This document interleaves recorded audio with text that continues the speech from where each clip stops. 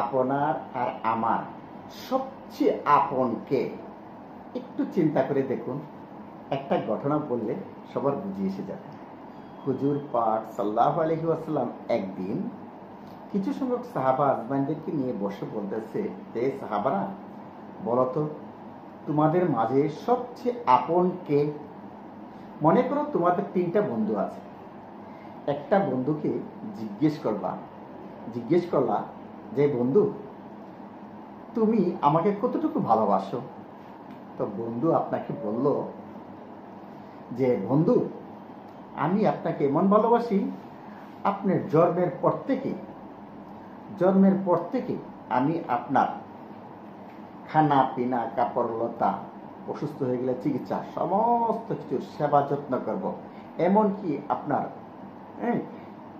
সম্মানও করব। এমন অবস্থা করব যতদিন আপনি বেঁচে আছেন এতদিন আমি আপনার সঙ্গে আছি, আপনার উপকার পৌঁছাইতেই থাকবো। আপনি যেদিন মারা যাবেন হয়তো সেদিন আমি আপনাকে ভুলে যাব, যতদিন বেঁচে আছে ততদিন আমি আপনাকে স্মরণ রাখবো। এটা হলো প্রথম বন্ধু, এক বন্ধু। দ্বিতীয় বন্ধুকে বলছে যে দ্বিতীয় বন্ধু কি উপকারে আসবা? জিজ্ঞেস করছে, হে বন্ধু, তুমি আমার কি উপকারে আসবা? দ্বিতীয় বন্ধু বলতেছে যে ভাই, প্রথম বন্ধু তো তোমার যে উপকার কুলি করবে, জন্মের পর থেকে মৃত্যু পর্যন্ত উপকার তোমার পৌঁছাবে, আর আমি তার চেয়ে একটু বেশি করবো। কিরকম? জন্ম থেকে মৃত্যু পর্যন্ত আমি করবই, তারপর মৃত্যুর পরেও আমি কিছু সংখ্যক করবো। সেটা হলো তুমি মরার পরে তোমার জানাজা দিব, তোমার গোসল দেবো, তোমার কবর গ্রহণ করবো, তোমাকে কাঁধে করে নিয়ে দেবো। যতক্ষণ পর্যন্ত কবরে না দিতে পারছি ততক্ষণ পর্যন্ত আমার কোনো নিস্তার নেই, ততক্ষণ পর্যন্তই আমি তোমার সঙ্গে আছি। আচ্ছা, তা বোঝা গেল কি প্রথম বন্ধুর চেয়ে দ্বিতীয় বন্ধু একটু বেশি উপকার করে নিলাম। এইবার জিজ্ঞেস করতেছে, বলো তৃতীয় বন্ধুকে, বন্ধু তুমি আমার কি উপকারে আসবা?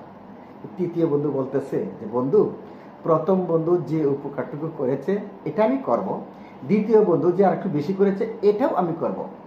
দুই বন্ধু কবর পর্যন্ত যাবে, চলে আসবে, আর আমি কবর পর্যন্ত যেই চলে আসবো না, আমি আপনার সঙ্গে কবরে প্রবেশ করব।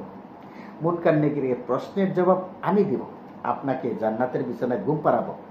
যতক্ষণ পর্যন্ত আপনাকে জান্নাতে পৌঁছাইতে না পেরেছি ততক্ষণ পর্যন্ত আমার কোনো নিস্তার নাই, আর ততক্ষণ পর্যন্ত আমি আপনার সঙ্গে আছি। তো হুজুর পাক সাল্লাল্লাহু আলাইহি ওয়াসাল্লাম বলতেছে, এইবার সাহাবারা বলো তো তোমাদের মধ্যে এই 3 বন্ধুর মধ্যে সবচেয়ে তোমার উপকার করেওয়ালা বন্ধুকে কোনজন?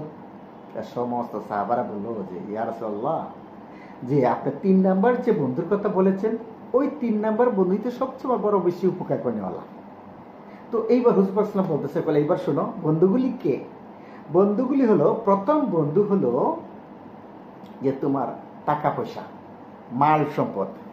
তোমার টাকা আছে, পয়সা আছে, তুমি দামি দামি কাপড় লতা পরতে পারবা, তুমি অসুস্থ হয়ে গেছো, প্রয়োজনে বিদেশ যায় তুমি তোমার চিকিৎসা করতে পারবা। হ্যাঁ, তোমার টাকা আছে, মানুষের তোমাকে একটু সম্মান করবে, ঠিক আছে।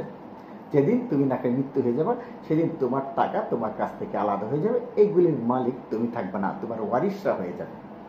এটা হলো তোমার প্রথম বন্ধু। দ্বিতীয় বন্ধুকে?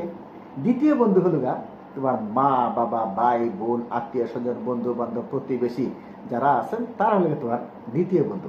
তারা মৃত্যুর পরে তোমার জন্য কান্নাকাটি করবে, তোমার কবর খনন করবে, তোমার গোসল দেবে, তোমার দাফন করবে, তোমার কাঁধে নিয়ে যাবে, নিয়ে কবরে পৌঁছানো দেওয়ার পরে তুমি তোমার আত্মার তার। আর তৃতীয় বন্ধুকে?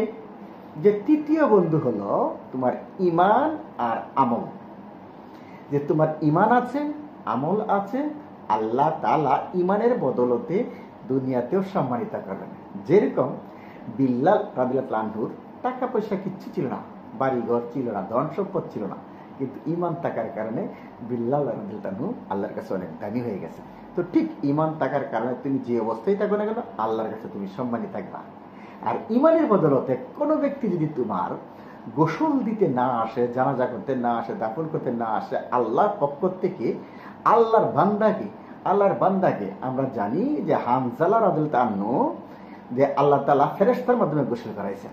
তো ঈমান থাকার কারণে প্রয়োজনে ফেরেশতাদের তোমাকে ব্যবহার করবে। এই জন্য বন্ধুত্ব রাখতে হলে কার সাথে রাখা দরকার? ঈমান আমলের সঙ্গে বন্ধুত্ব বেশি রাখা দরকার। তাই বল কি বাকি 2 বন্ধুকে আমি ভুলে যাব? না, কখনো না। বাকি 2 বন্ধুর কথাও স্মরণ রাখবো, 2 বন্ধুর কাছেও চলবো। আমি দুনিয়ায় কামাই করবো, আত্মীয় স্বজনের সাথে সম্পর্ক রাখবো, কিন্তু ইমান হারা হয়ে নয়, আমি ইমানের সাথে সম্পর্ক বেশি রাখবো। এই জন্য যে যত বেশি ইমানকে মজবুত করবে তার আমল তত বেশি সুন্দর হবে, যার যত আমল সুন্দর হবে তার তত দোয়া কবুল হবে, যার যত দোয়া কবুল হবে তার দুনিয়ার সমস্যার সমাধান হবে, আখেরাতের সমস্যার সমাধান হবে। এই জন্য দুনিয়া ও আখেরাতের সমস্যার সমাধান করা আমাদের দরকার আছে কি নাই, কি বলেন?